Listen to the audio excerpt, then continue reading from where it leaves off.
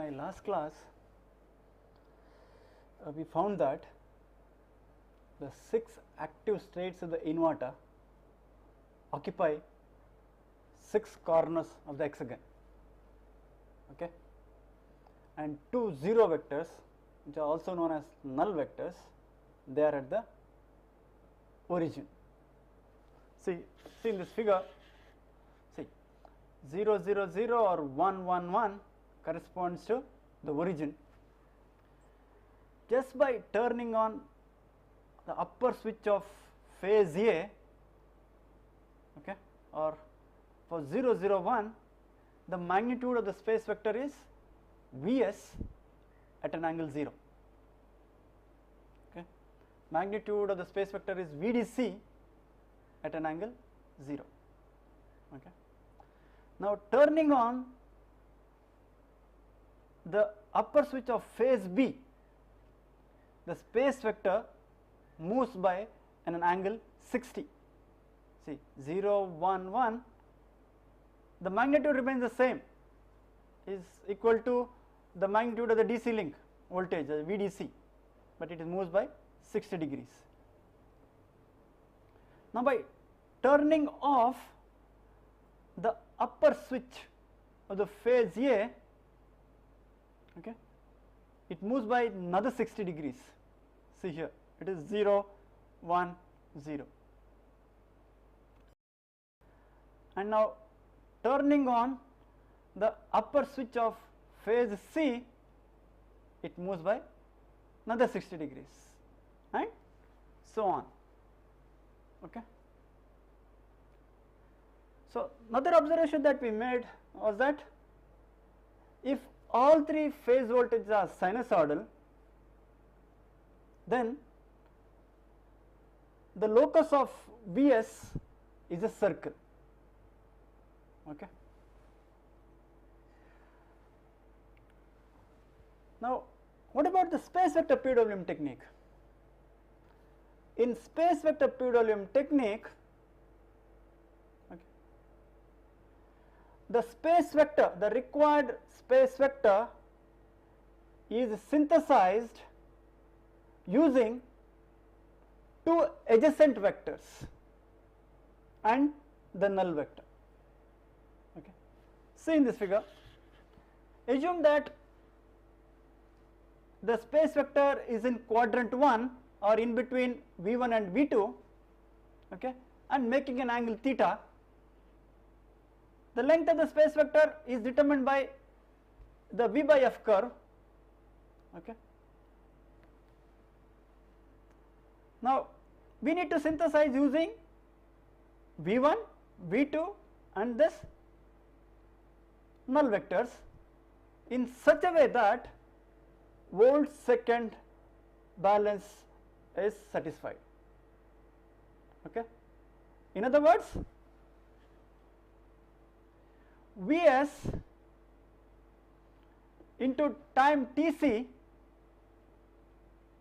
equal to V1 and T1 plus V2 into T2, where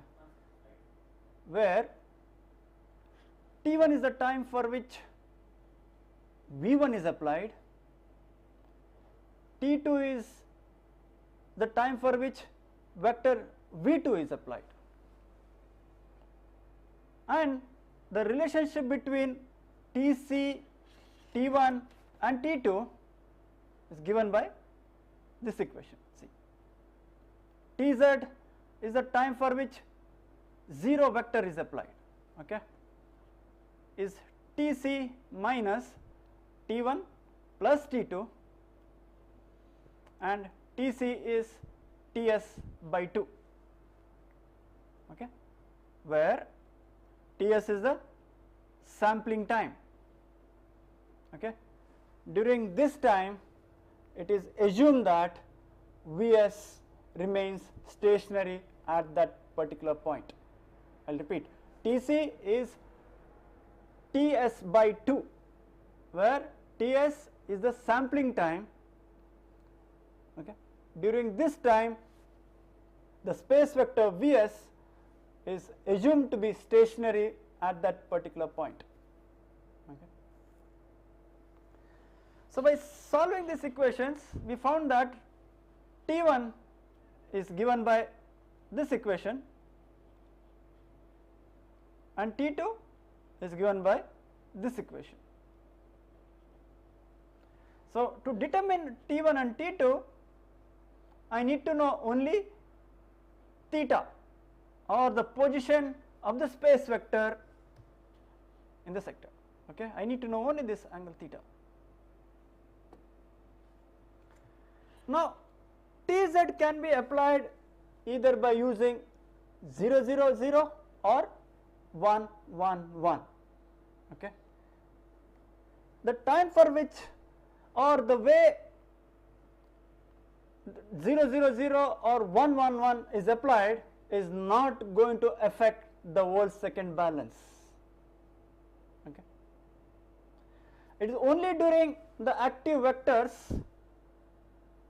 or is only when the active vectors are applied, the inverter supplies power to the load.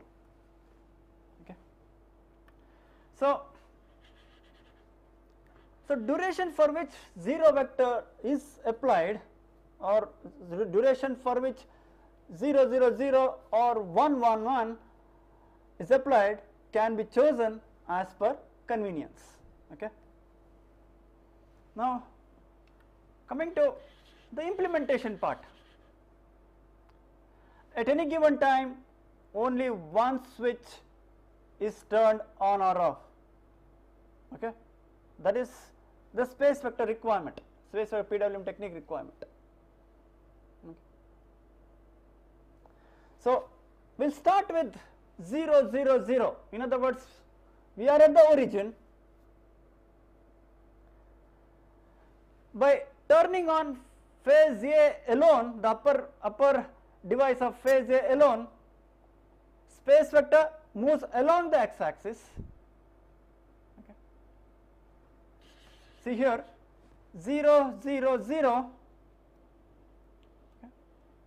is applied for Tz by 2 duration.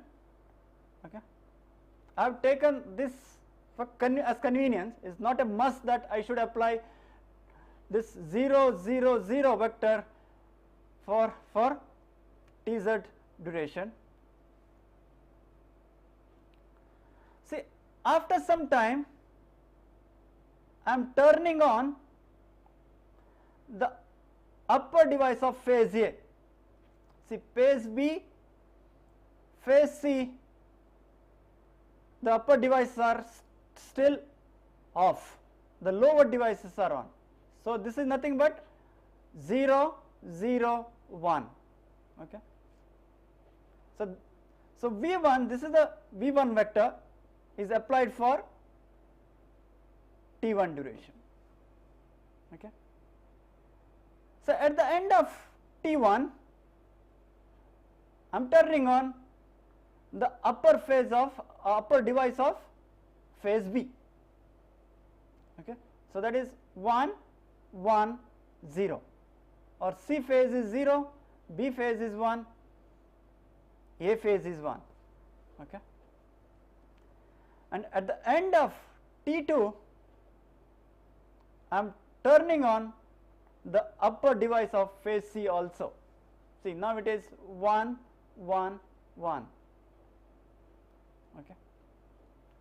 So, and this is entire TC period. Okay. So see the sequence 0 0 0 to 0 0 1,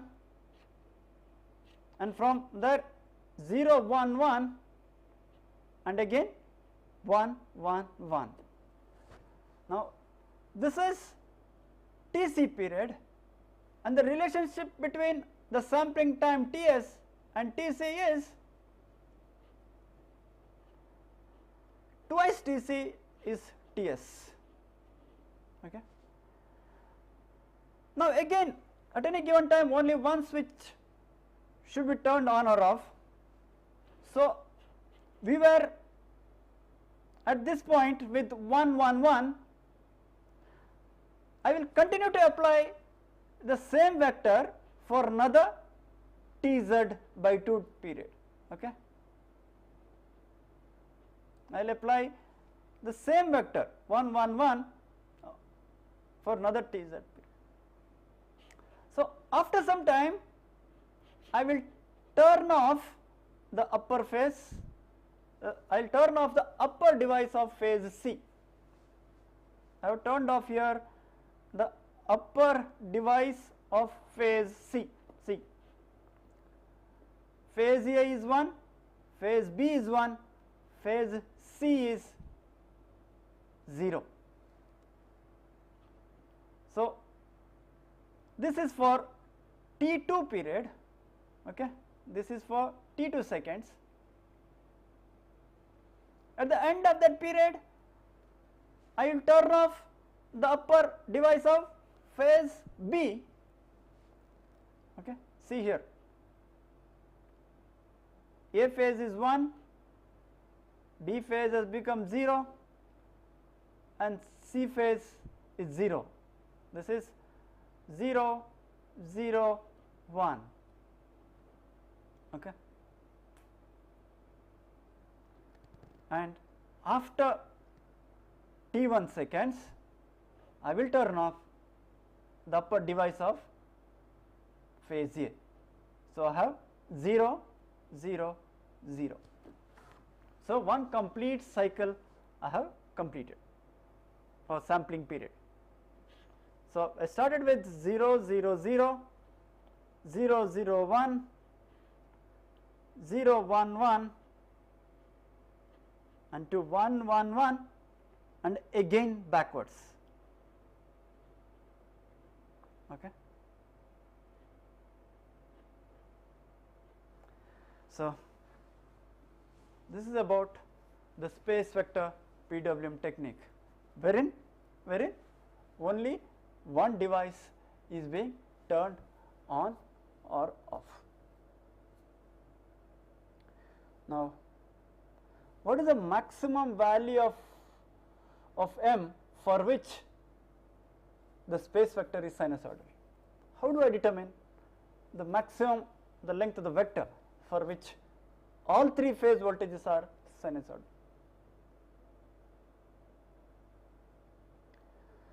I told you that if all three voltages are sinusoidal, the locus of Vs is circular, okay. So, for lower modulation index value, Vs will always remain within the hexagon, okay. Now, what is the maximum value of Vs for which or beyond which the voltages are going to be non-sinusoidal, okay. How do I determine? See here, right, the maximum value of Vs for which the locus is circular is the diameter of the encircling circle, okay. So, the radius of this circle is the length of Vs for which the space vector or for which all three voltages are sinusoidal. Okay. Now, what is the value of the radius of this circle? Okay. This is nothing but, see, this is an hexagon encircling circle, okay. So, length of or the radius of the circle is VDC into cos 30. Well, see, this angle is 30 degrees. So, that is equal to root 3 by 2 into VDC, okay. Now, I will define a term MF, okay, is equal to V1SP divided by V1S, where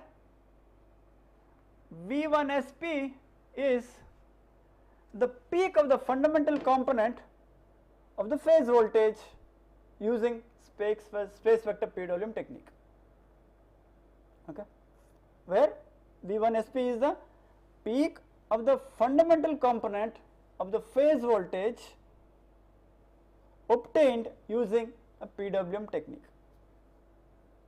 and V1S is the peak of the fundamental component of the phase voltage obtained using square wave operation. Okay.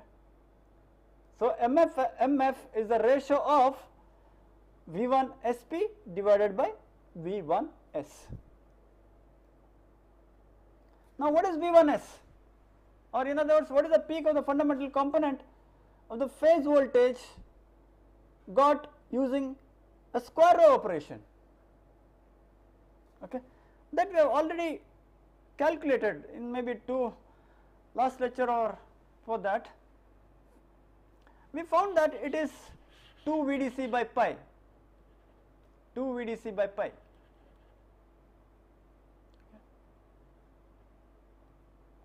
Now, what is V1 SP? See, Vs star maximum, or the maximum value of Vs is root 3 by 2 into VDC. Okay.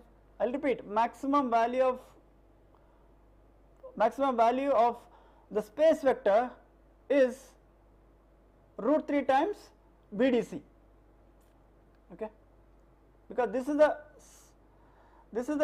radius of the circle, okay, which lies inside the hexagon. Under that condition, all three voltages are sinusoidal. Now, what is the relationship between Vs and the phase voltages?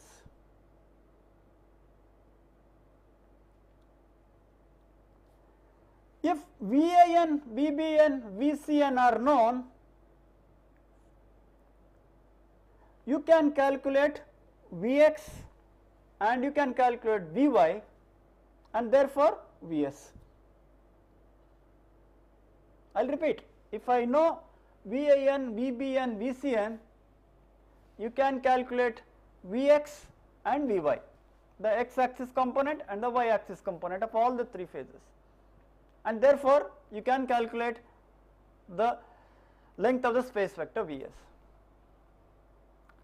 But I have not told you how to determine VAN, VBN, VCN if Vx and Vy are known. Okay. So, because I need to calculate three values, VAN, VBN, VCN, and I know only Vx and Vy. How do I calculate VAN, VBN and VCN? There exists a relationship. See, here is the relationship. VAN is equal to 2 by 3 into Vx. Okay. So, there is a way to derive this. I am not going to tell you how to derive this relationship. Okay.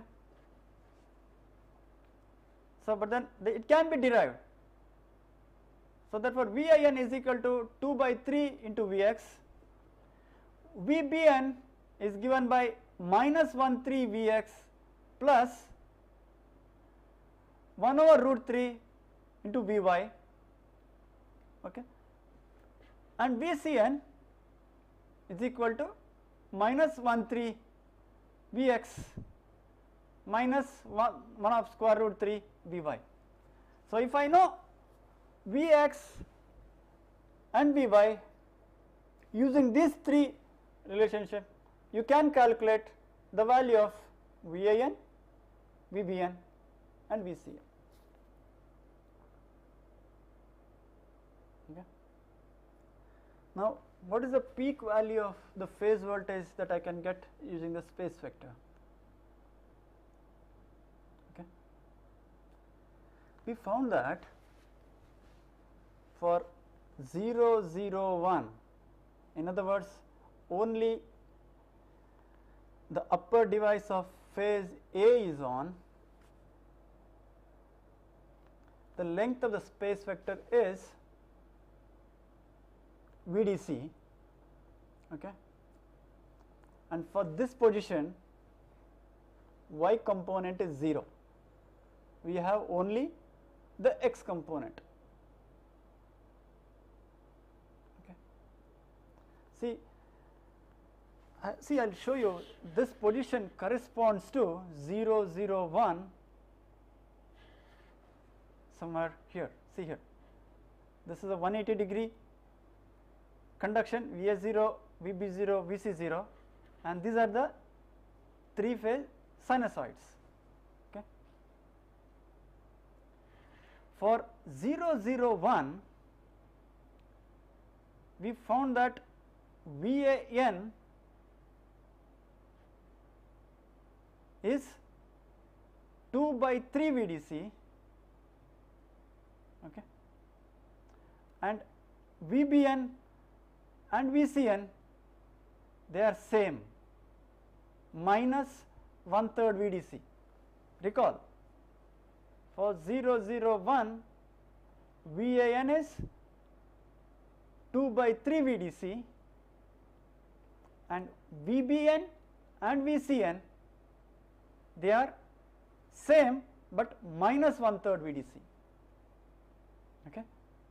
Now, in this figure, in this 3 phase sinusoids, where this point corresponds to,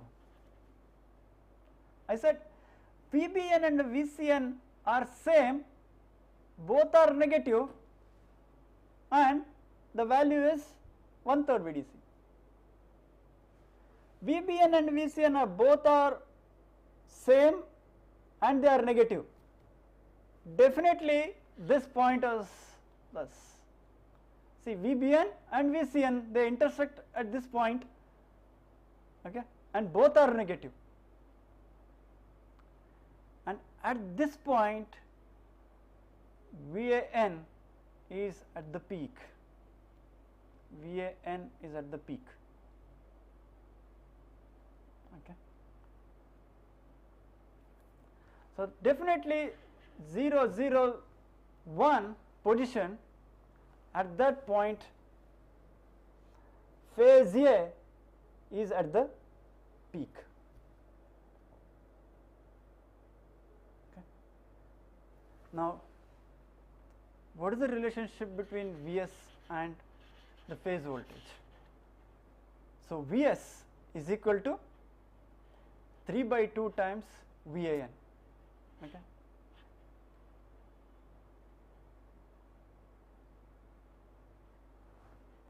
Now,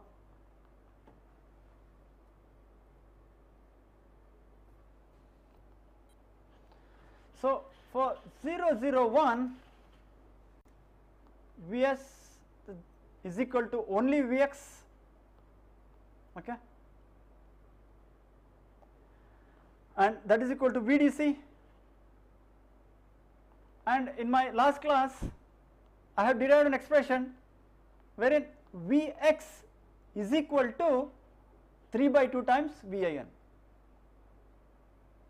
See, I will repeat, for 0, 0, 1, Vs is equal to Vx, Va by is 0, and that is equal to VDC itself, and the relationship between Vx and Van is this: Vx is equal to 3 by 2 times Van. So therefore, Van is equal to 2 by 3 times Vs. Okay. So what is the peak value of Van? It is nothing but 2 by 3 times the peak value of Vs that can be obtained. Okay. So it is 2 by 3 into 3 by 2, square root of 3 by 2 into VDC. So the peak of the phase voltage Van that can be obtained using space vector PWM technique is 0.577 VDC. Okay. I will repeat, peak of the phase voltage Van, that is also equal to Vbn, that is also equal to Vcn, is 0.577 times VDC. So, what is the value of MF? It is nothing but the peak of the phase voltage using space vector PWM technique to the peak of the fundamental component using square wave operation. That is this 0.577 VDC divided by 2 by pi into VDC. So, this is equal to 0.907, okay, 0.907. So, how do I interpret this result? I can say that 90.7% of the fundamental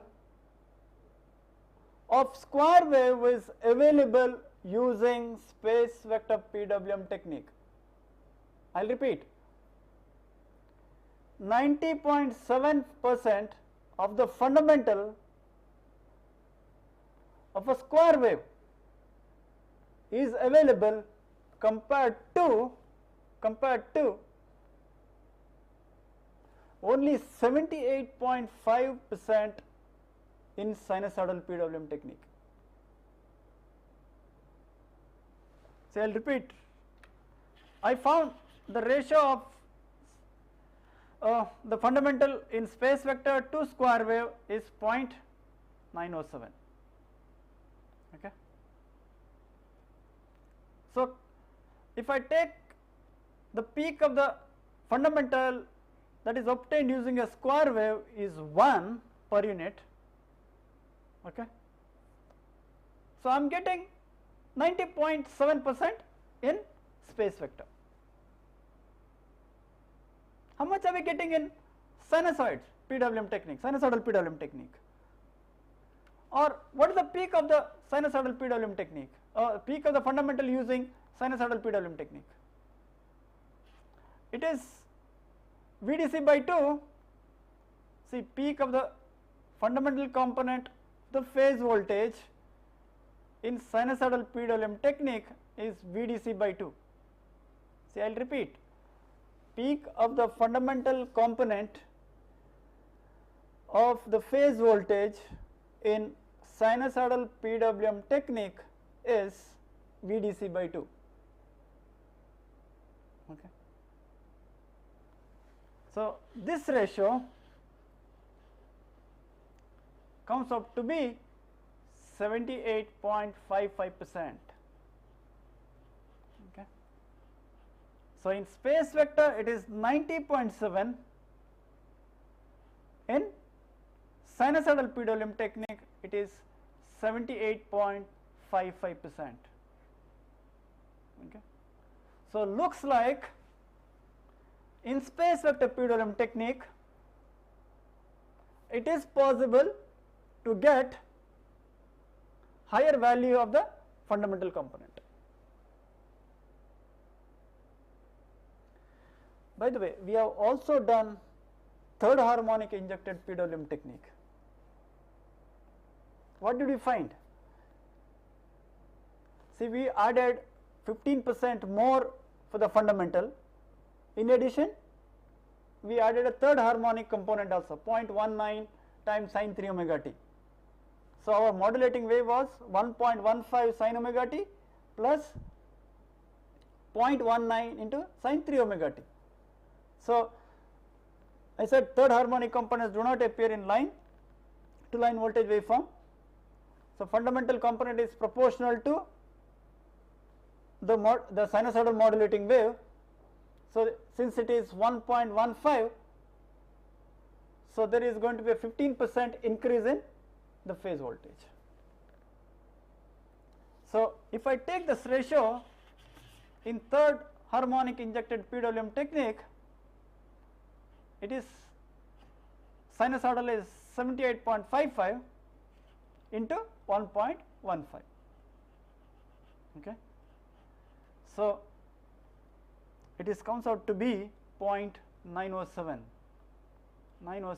same as space vector PWM technique, same as space vector PWM technique. In other words, the peak of the fundamental component of the phase voltage that can be obtained using space vector PWM technique is the same as the peak of the fundamental component of the phase voltage using third harmonic injected PWM technique. So, in other words, space vector PWM technique is almost the same as third harmonic injected PWM technique. Okay. Yeah, I had told you that if you complete one cycle in 6 steps, you will get 6-step operation, okay, wherein the space vector moves by an angle 60 degrees at a time. To have smooth operation, I said we need to divide the entire 360 degrees by large number of parts. I said we need to digitize a sine wave. In other words, the sampling time Ts should be as small as possible, because we have assumed that during that period or during Ts seconds, space vector is stationary. Now, how many samples in one sector? How do I decide on the number of samples in one sector, or what is the rule to be followed? The rule to be followed is that all sectors should be equally used in the entire cycle for producing symmetric line voltage. I will repeat, all the sectors should be equally used in the entire cycle for producing the symmetric line voltage. So, in other words, the samples are positioned symmetrically about each sector, okay, with one sample at the center. I will repeat, the samples are positioned symmetrically about each sector, okay. The number of samples should be symmetric about each sector with one sample at the center, So, therefore, if there are 3 samples in one sector, they should be positioned at one at 10 degrees, another one is at 50 degrees, because they should be symmetric, one at the center.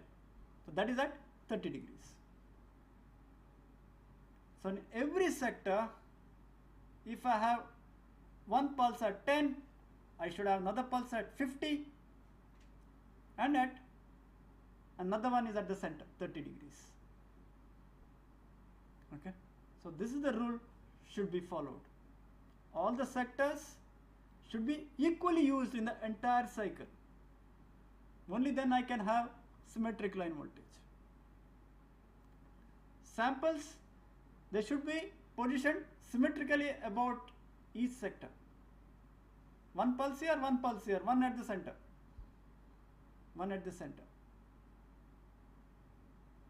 Okay. And it should be, number of pulses should be odd multiple of 3.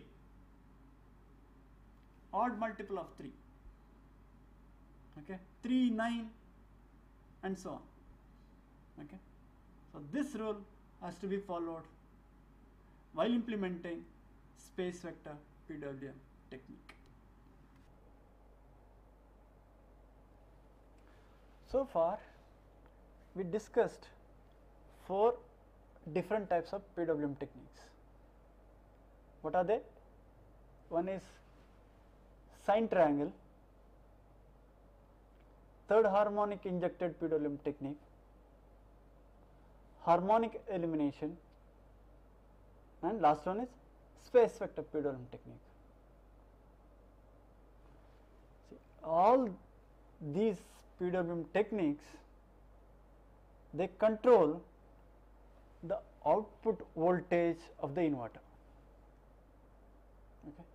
In other words, the voltage applied to the load is being controlled. Now, current will flow depending upon the circuit conditions. Okay. So, voltage is dependent variable and current varies independent depending upon the circuit condition. By the way, you cannot control both voltage as well as current in one circuit. Now, if it is possible to control the output voltage, it is also possible to control the current that is flowing in the circuit. Okay. So, there is a PWM technique which is known as hysteresis current controlled PWM technique. Okay. I will repeat this hysteresis current controlled PWM technique. What it says? It says, take a reference, a sinusoid current, okay, of required magnitude and required frequency. Okay. See, magnitude depends on the circuit condition or load requirement. Okay. Frequency of the sinusoid or frequency of the reference current is the same as the frequency of the fundamental component of the voltage applied to the machine. Okay. Now, you have generated a reference sinusoid which is the required current that should flow in the machine. Okay. But then in a power electronic equipment, if there is switching, it is just not possible to have a pure sinusoid current flowing into the machine. Okay. It is rather impossible to have a pure sinusoid current flowing into the machine because there are switchings. So, the moment when you close the switch, current may increase or decrease, but then you can always control the variation in current. Okay. So, in hysteresis current controlled PWM technique, there is a reference sinusoid, there is a upper band and there is a lower band. See here, I will show you. So, this is the reference current I reference, which is a sinusoid, okay, a full sinusoid, okay, of required magnitude and frequency. Then I will take a upper band IU star, which is equal to I reference plus some hysteresis band HB. HB stands for the hysteresis band. Similarly, the lower limit IL star is IREF minus the hysteresis band. In other words, current is controlled, or current that is flowing in the load is controlled within these two bands. Okay. I told you, you just cannot have an ideal sine wave, pure sine wave current. Okay.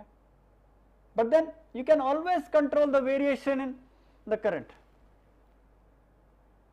So, I have taken an upper band and a lower band, and current should be controlled within this band. Okay. How do I control this current? By the way, I have covered this in AC to DC conversion, unity power factor conversion. I had covered this. Okay, I will just repeat it.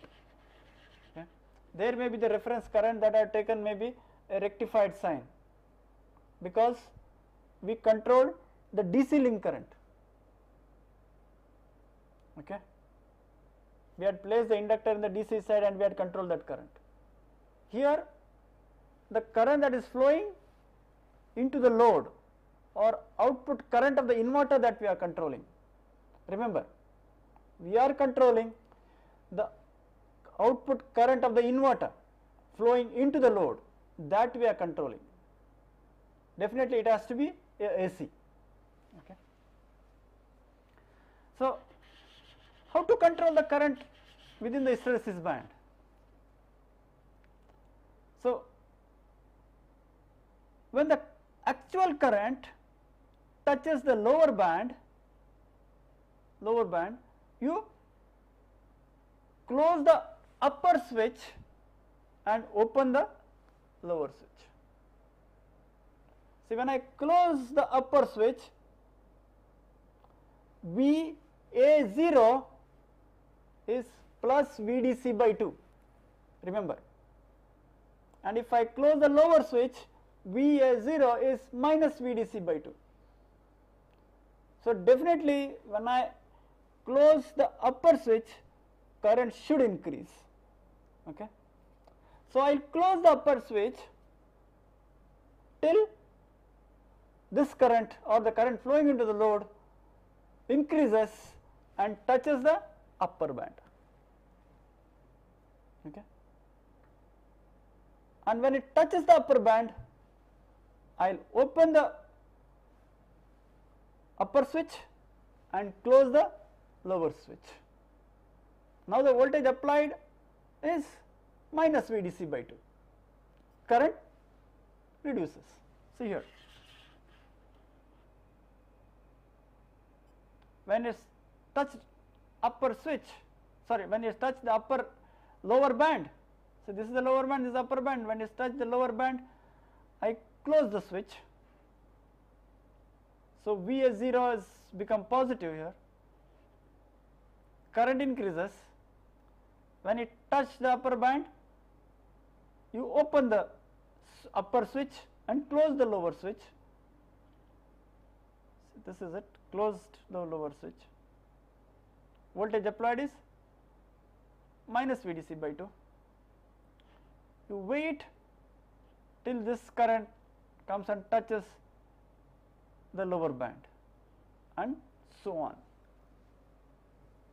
Okay. So, in the block diagram level, it looks something like this. I have shown a motor here, does not matter, it could be anything. Inverter, this implies that we are sensing the current flowing into the load. Okay. There is a IA actual and this is the reference current. Okay. A reference sinusoid. Okay. This is the actual. Plus minus. What do I get? I will get the error. And this error should lie within this hysteresis.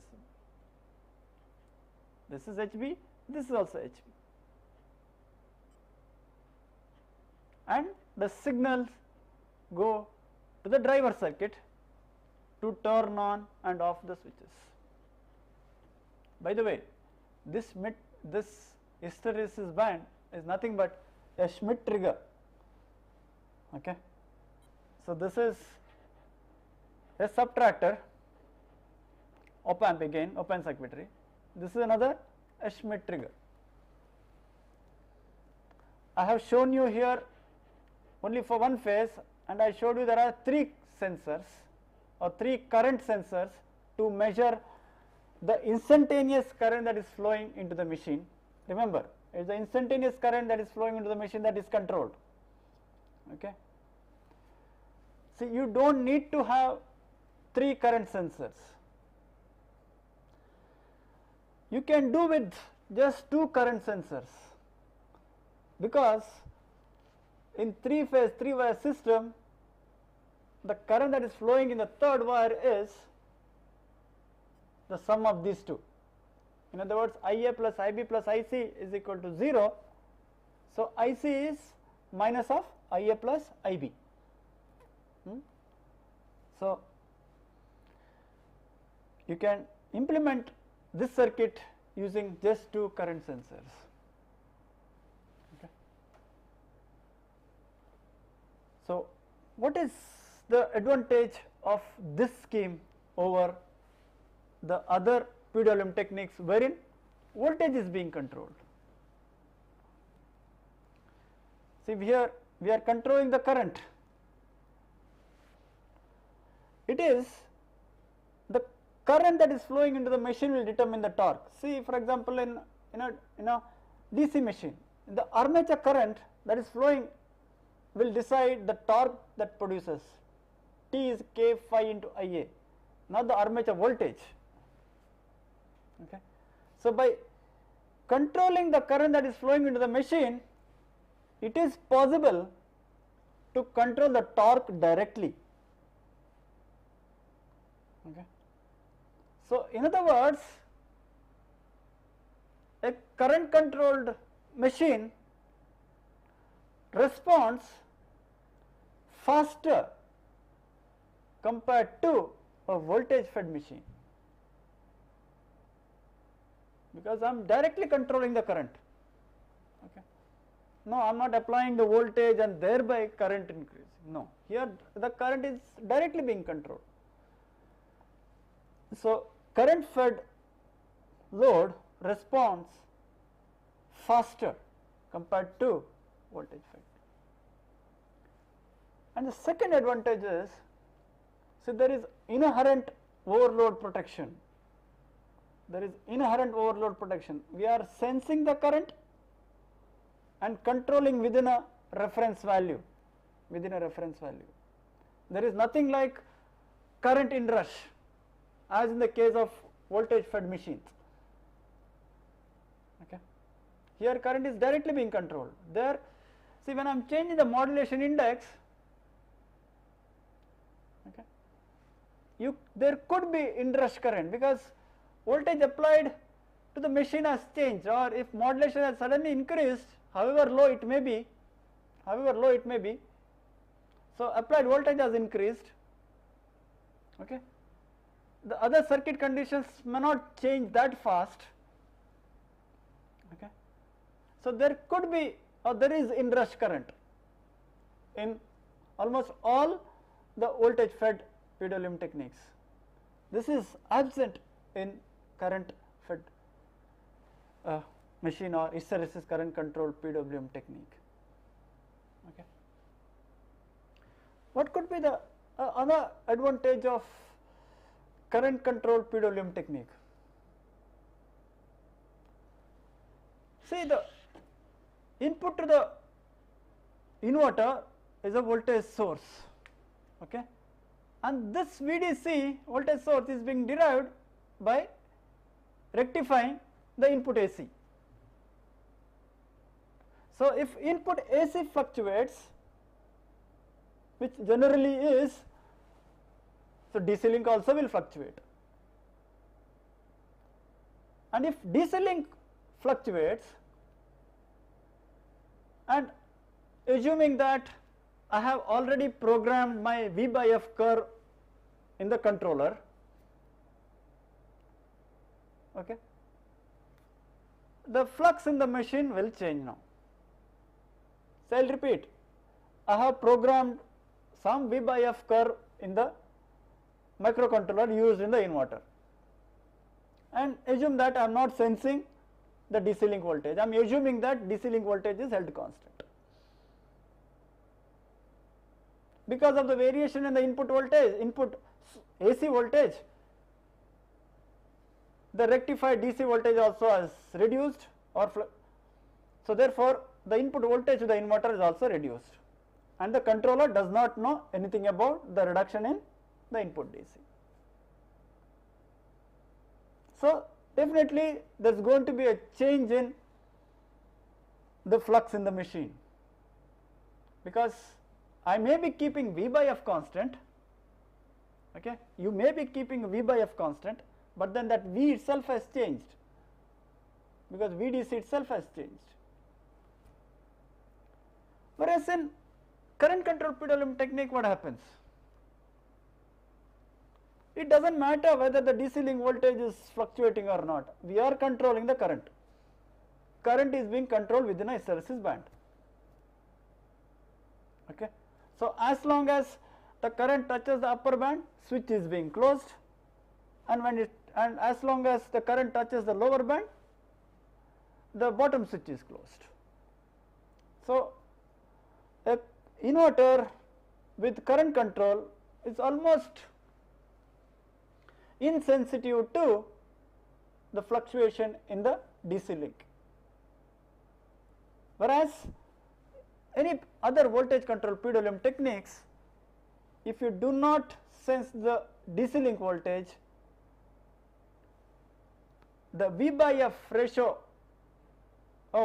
even if you keep it constant, the value of V itself has changed, therefore flux may not be the rated value, flux may not be the rated value. Okay. Now, how do you choose this hysteresis band? Smaller the band, okay, the waveform will be superior, because current that is flowing into the machine is controlled within a hysteresis band, and that band itself is very small. So, you may have approximately a sine wave itself, almost an ideal sine wave, but then smaller the band, higher will be the switching frequency, because see in this figure, if this band is very small, current touches the lower band, immediately I need to close the upper switch, current increases, band is very small, it touches the upper band, immediately I need to open that switch and close the lower switch. So, smaller the band, waveform is superior, but then switching frequency is higher, switching frequency is higher, and just the opposite, or higher the band, waveform deteriorates, switching frequency is low. So, it depends on the power level, the devices that you are using will decide the height of the hysteresis band. Okay. So, a last point to be noted here is that, so this is an inverter, a voltage source inverter, okay. Input is an ideal voltage source, assumed to be ideal voltage source, but then you are controlling the current flowing out of the inverter, okay. So, as a voltage source with current control, voltage source with current control, okay.